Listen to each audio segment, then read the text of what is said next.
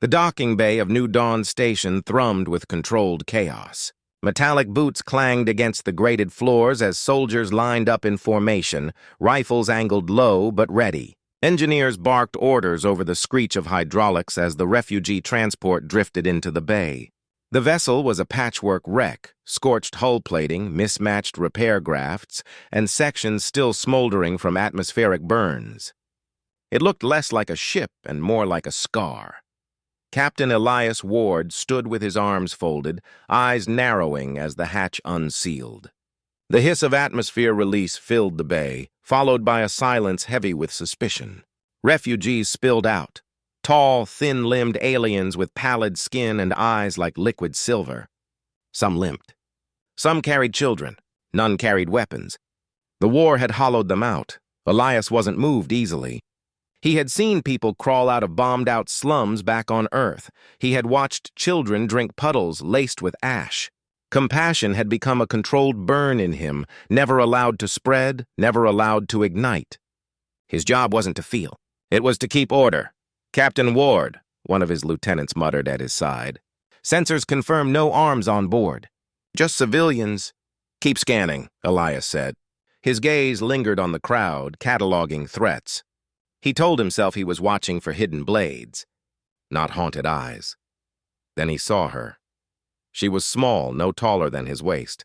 Skin paler than the others with faint luminescence that shimmered under the bay lights. Her hair, if it could be called that, floated like strands of moonlight around her face. Wide, glowing eyes fixed on him as though he were the only one in the hangar. She moved without hesitation, slipping past taller bodies until she stood directly before him. The bay seemed to narrow, the noise dimming into background hum. She tugged at his sleeve with thin fingers. "Are you my daddy?" she whispered. The soldiers stiffened.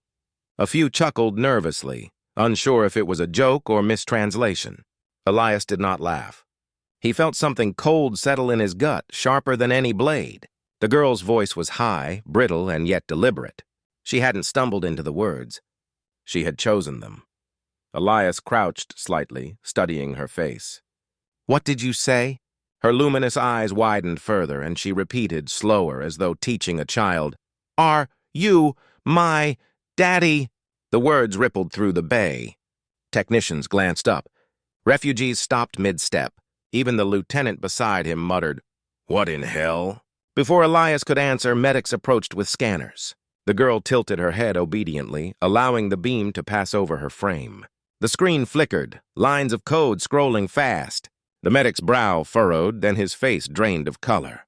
He passed the scanner to Elias without speaking. The readout was clear. 50% human DNA, 50% alien, hybrid. Elias's jaw tightened. "That's impossible." "Not according to the data," the medic whispered. "She's half one of them. Half one of us." Whispers spread like static. Soldiers exchanged uneasy glances. Refugees murmured in their liquid tongue, eyes darting between the child and the humans. The lieutenant leaned close. "Orders, sir?" Before Elias could speak, a voice cut through the air from the command balcony above. "Detain the child. Transfer her to Genetics Authority custody immediately." The order carried the weight of policy, not compassion. Elias's eyes flicked upward toward the voice but saw only shadows behind reinforced glass. He turned back to the girl. She didn't flinch. She didn't cry. She only reached out and curled her fingers tighter around his sleeve. "Daddy," she said again, softer this time, almost pleading. Elias's heart lurched against his will. Memories flashed unbidden. His younger sister clinging to him during the water wars, her voice raw with thirst, her eyes begging him to fix what he couldn't. She had slipped from his arms one night, her body too frail to endure. He had buried compassion after that, but the word daddy cracked through his armor like a blade. He straightened. "She's just a child." "Half a child," the lieutenant said grimly, "and half something else." Guards moved in, their boots ringing sharp on the deck. The girl clutched Elias's uniform, her glow dimming as if fear itself stole her light. Her eyes searched his face, desperate for an answer only he could give. Elias knelt again, speaking low so only she could hear. "I'm not your father." Her lip trembled. For the first time, her voice cracked. But the words did not change. "Don't let them take me. Daddy." The plea burned through him, more dangerous than any enemy weapon. Around them, the hangar buzzed with tension. Soldiers obeyed orders. Officials whispered about containment. Refugees backed away, fearful of what this moment meant. The guards reached for her arms. Elias's hand shot out, gripping the nearest wrist. "Easy," he said, tone flat but sharp. The soldier froze, startled. Authority clashed with instinct in Elias's chest, and for a heartbeat he stood on the edge of rebellion. But discipline held him in place. He released the soldier's wrist slowly. The girl was pried from his side, her small fingers slipping free, reaching for him until nothing but air remained between them. She did not scream. She did not resist. She only kept her eyes locked on his, whispering one last time as the guards pulled her away. "Daddy." The bay doors sealed behind her, cutting off the echo of her voice. Silence fell heavy. Elias stood motionless, the scanner still in his grip, numbers burning into his eyes. 50% human, 50% alien. A secret born in darkness, walking in daylight, calling him by a name he had buried long ago. "Captain?" the lieutenant asked cautiously. Elias slipped the scanner into his pocket, his voice flat but edged. "Resume standard procedure." "Clear the bay," the soldiers obeyed, but unease clung to the air like smoke. Refugees filed out under guard, their whispers a chorus of fear. The hangar emptied, but Elias remained, staring at the sealed doors. The question lingered, heavier than any order, heavier than war itself. "Are you my daddy?" He had no answer. Not yet. Elias had trouble sleeping that night. The hum of New Dawn Station's engines usually lulled him into a steady rhythm, but the sound only deepened the unrest in his chest. He lay on his bunk, boots still on, replaying the moment in the docking bay. The child's glowing eyes, her fingers clinging to his sleeve. That impossible question. He turned onto his side, staring at the scanner display he had smuggled out. The results glared back at him. DNA composition split evenly between human and alien. No error margin, no chance of faulty reading. The station's medical suite was too precise for mistakes. He muttered under his breath. "Who made you?" Digging for answers by morning, Elias decided silence was more dangerous than knowledge. He left his quarters and made his way down to the restricted archives. Being a captain had privileges, and he used them carefully, authorizing deeper access than protocol recommended. The console flickered alive, his reflection ghosted in the screen. He entered query after query. Hybrid research, alien-human genome, Project Genesis. At first, nothing surfaced but classified seals. Then, after forcing a secondary override, files unlocked. The contents chilled him. Project Genesis had been initiated during the height of the Interstellar War. Under the justification of adaptive survival, Terran scientists had experimented with alien embryos, splicing human DNA into them.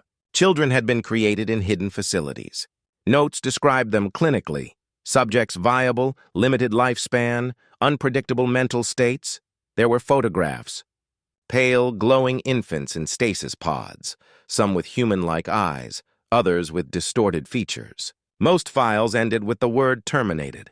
Elias leaned closer, his jaw tightening. Only one line stood out among the sterile reports. Specimen A47, transferred, status uncertain. He whispered, "You're A47. Unwelcome visit." The console beeped. A new clearance override. Elias killed the screen instantly, but too late. The door to the archive slid open and a tall figure stepped inside. Director Kalen Dross. His presence carried the cold efficiency of a man who believed he owned the station. Gray uniform, pressed crisp, eyes sharp as glass. "Captain Ward," Dross said smoothly. "Curiosity can be fatal in your line of work." Elias straightened, voice flat. "I was reviewing war files." Dross smiled faintly. "No, you were reviewing my files." He paced closer, hands clasped behind his back. Project Genesis was a necessity. Aliens threatened extinction. We adapted. Survival is never clean. "You created children," Elias said, "and killed them. They weren't children. They were prototypes." Dross's eyes glinted. "Except one, the girl. She survived long enough to become inconvenient." "Inconvenient?" Elias's voice hardened. Draw studied him, weighing every flicker of resistance. You saw the way she looked at you. How she clung. A weapon like that cannot be allowed to live uncontrolled. It must be reclaimed or removed. Elias held his ground. She's not a weapon. She's a child. Dross tilted his head, almost pitying. That's the mistake your kind always makes. Sentimentality over survival. His voice dropped lower. You'll hand her over, Captain, quietly, and in return, I'll see your career advance beyond this rusting station. Elias said nothing. Silence, he knew, was more dangerous than refusal. Dross gave a thin smile. Think on it, but not too long. She doesn't have long either. He turned and left, the door hissing shut behind him. The escape. That night, Elias moved. He bypassed security patrols with the ease of someone who had memorized the station's veins. He entered the holding sector where the child had been transferred. She was there, behind a transparent containment field, sitting cross-legged on a cold metal floor. Her glow had dimmed like a fading lantern.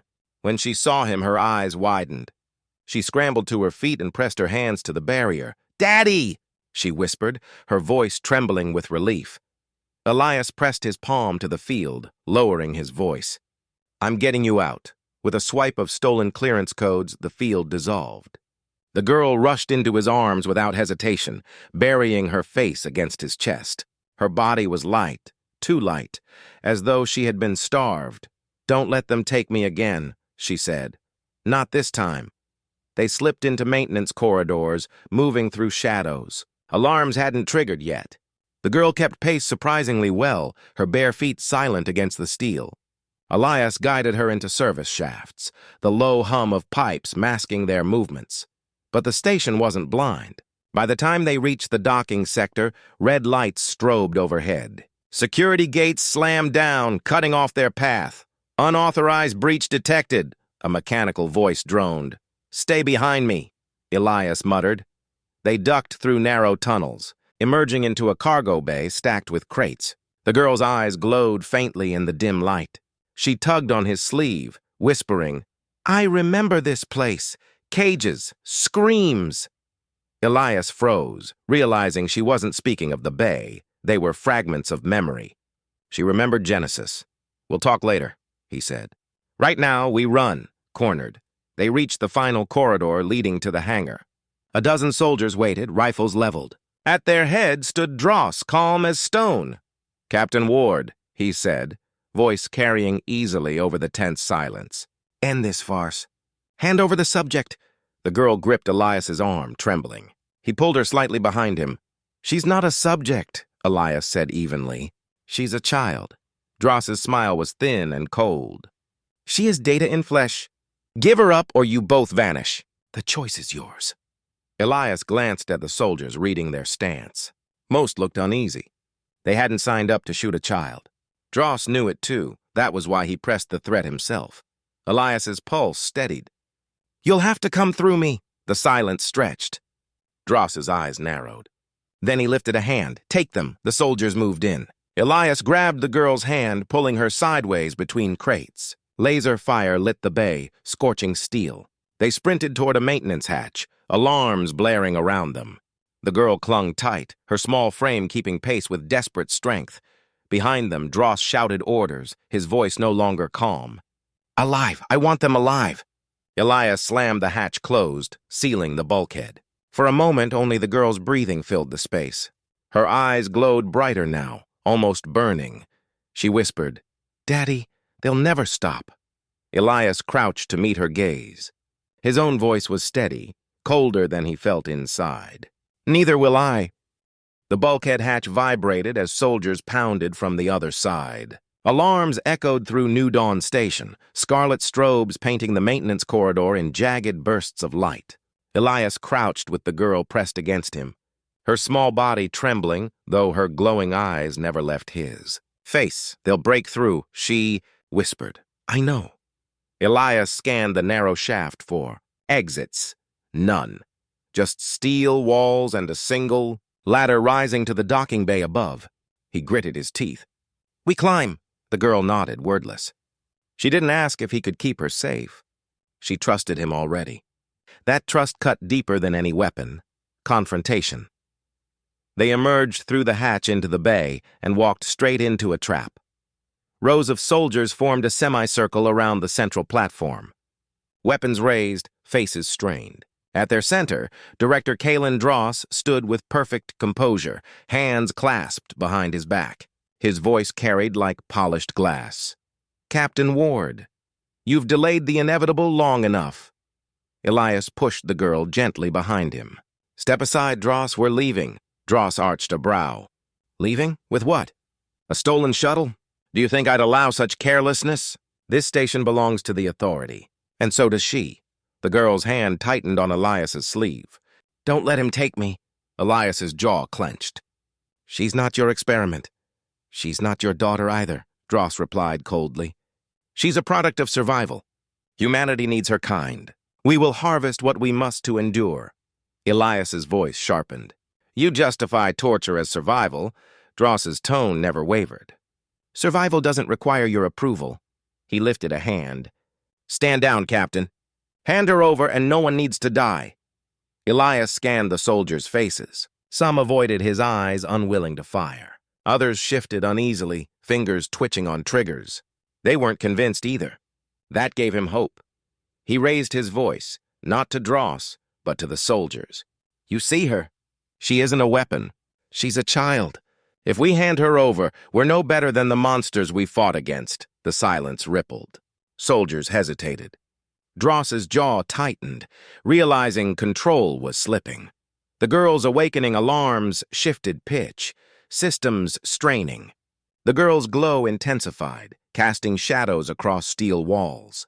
Her eyes blazed brighter, blue-white like a star flaring in collapse. She clutched Elias's arm. "Daddy, it hurts!" Elias crouched, gripping her shoulders. "Stay with me. You're not a weapon. You're more than they'll ever understand." Her breathing quickened, and for a moment the air vibrated. Panels flickered, sparks dancing across the bay floor. Dross stepped back, eyes widening with realization. "She's destabilizing!" he snapped. "Control her now or she'll kill us all." "No," Elias said firmly, voice steady against the chaos. "She's choosing." The girl trembled, tears glowing as they slid down her cheeks. She whispered, "Am I human?" Elias pulled her close, whispering against her hair. "You're human because you feel, because you care. That makes you more human than him." He glared at Dross. "Than any of them." The glow steadied, no longer violent, but warm. The bay lights dimmed, and soldiers lowered weapons, all replacing fear. Defiance, Dross's composure cracked. He barked at the soldiers. "Restrain them! Now!" No one moved. Elias seized the moment. He dragged the girl toward the bay doors, slamming his hand on the manual override. The outer gates groaned as airlocks disengaged. Warning klaxons wailed. Dross's voice rose in fury. "You'll kill us all!" Elias turned, eyes hard. "Better that than let you cage her again." Explosive decompression ripped through the chamber. Soldiers scrambled for anchors, alarms shrieked, cargo crates flew. Elias threw himself over the girl, bracing against the platform rail. The void clawed at them, pulling at hair and skin, but he held her tight. Behind them, Dross clung to a support strut, face twisted with rage. His words barely carried over the storm. "She belongs to us," Elias shouted back, every word raw with defiance. "She belongs to herself." He slammed the emergency seal. The bay doors locked shut, atmosphere rushing back with a violent hiss. Silence fell, broken only by gasps and the hiss of cooling metal. Aftermath. The soldiers looked shaken, weapons lowered completely. Some stared at Elias with a respect they hadn't before. Others stared at the girl, no longer with fear but wonder. Elias rose slowly, keeping one arm around her. She leaned into him, exhausted but alive. Dross staggered forward, face pale, composure shattered. "You've doomed humanity," he spat. "Do you think aliens will accept her? Do you think your sentiment will save us when war returns?" Elias met his glare with steady fire. If survival means destroying children, then humanity isn't worth saving. But if it means protecting them, even hybrids, then we're the best damn species in the galaxy. The words hung heavy, echoing in the silent bay.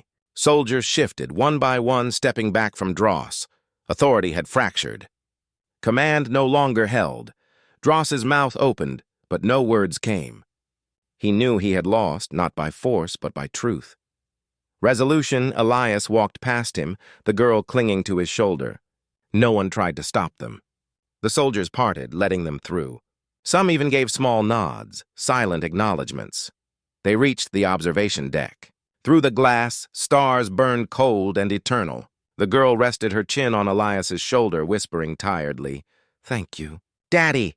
Elias's throat tightened. He didn't correct her. He only held her closer, letting her light reflect in the stars. He didn't know what the future held. Politics would tear at this moment. Enemies would seek to use it. Survival would remain brutal. But for now, one truth stood clear. Humanity wasn't just bloodlines or borders. It was choice. It was compassion. It was saying no when monsters hid behind survival. And in that choice, humanity would endure. The stars outside New Dawn Station were quiet, but the silence inside was brittle. Reports of what had unfolded in Docking Bay 7 spread faster than any order could suppress. Soldiers whispered about the girl with glowing eyes. Civilians replayed shaky footage from helmet cams. Words like hybrid, experiment, and genesis pulsed through every channel. Elias knew they had only hours before the entire authority locked down the station. Truth was a wildfire, and he had just dropped a spark. The girl sat beside him on the observation deck, small hands pressed to the glass, gaze fixed on the infinite dark.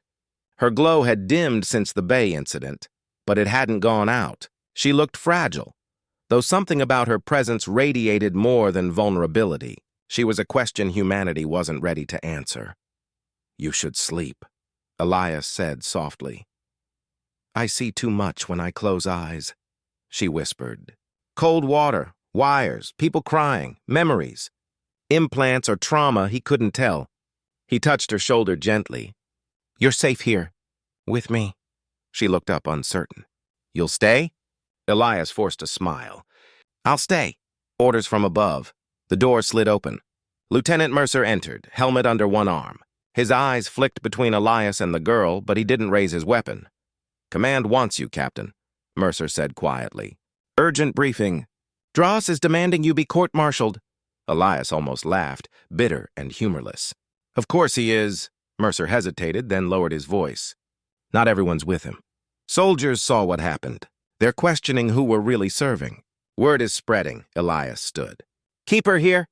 Guard the door. Nobody gets near her but me." Mercer gave a curt nod. "You've got it." The girl's hand shot out, gripping Elias's sleeve. "Don't go." "I'll be back," he promised, prying her fingers gently free. He didn't let himself hesitate as he left, though the echo of her plea followed him down the corridor. The council chamber. The chamber was packed. Commanders, politicians, analysts, faces turned as Elias entered. At the center, Dross stood rigid, fury cloaked in bureaucratic calm. "This man," Dross announced, "has committed treason. He interfered with secure containment, endangered lives, and compromised humanity's future." Elias stopped in the center of the room, meeting each gaze. "What I did was expose the truth. Project Genesis wasn't about survival. It was about control. You created life and then murdered it when it didn't fit your plan." She's proof. "You can't bury that anymore," murmurs erupted. Some officers shifted uncomfortably. Others scowled, more loyal to protocol than conscience. Dross slammed a hand on the table. "That creature is not a child. It is a dangerous aberration, and keeping it alive risks reigniting the war we bled to end." Elias's voice cut like a blade. "Then maybe we should ask why the aliens left her alive. Why they carried her across light years to us. Maybe they wanted us to see what we've done." Silence stretched. For the first time, Dross faltered, his polished certainty cracking. Seeds of division after the session, Elias left under escort, not to a cell, but to his quarters. It was a compromise, proof that the council was divided. Mercer waited inside, tense. "Rumors say the fleet's split. Half want to hand her over to Dross, half... They're starting to see her like you do." Elias sat heavily, rubbing his temples. "How long until they try to take her again?" Mercer didn't answer. That was answer enough. the girl's confession.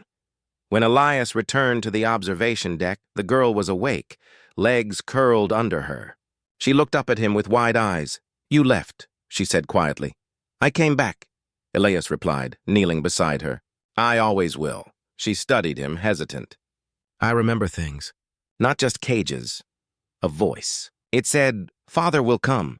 Elias froze. "Father?" She nodded. "Not human. Not alien. Something in between. Like me." The words chilled him. If she wasn't the first, then perhaps she wasn't the last. Project Genesis might have survivors scattered across colonies, waiting, searching. "You're not alone," he said finally, steadying his voice. "Whatever they made, whatever they tried, you're not alone anymore."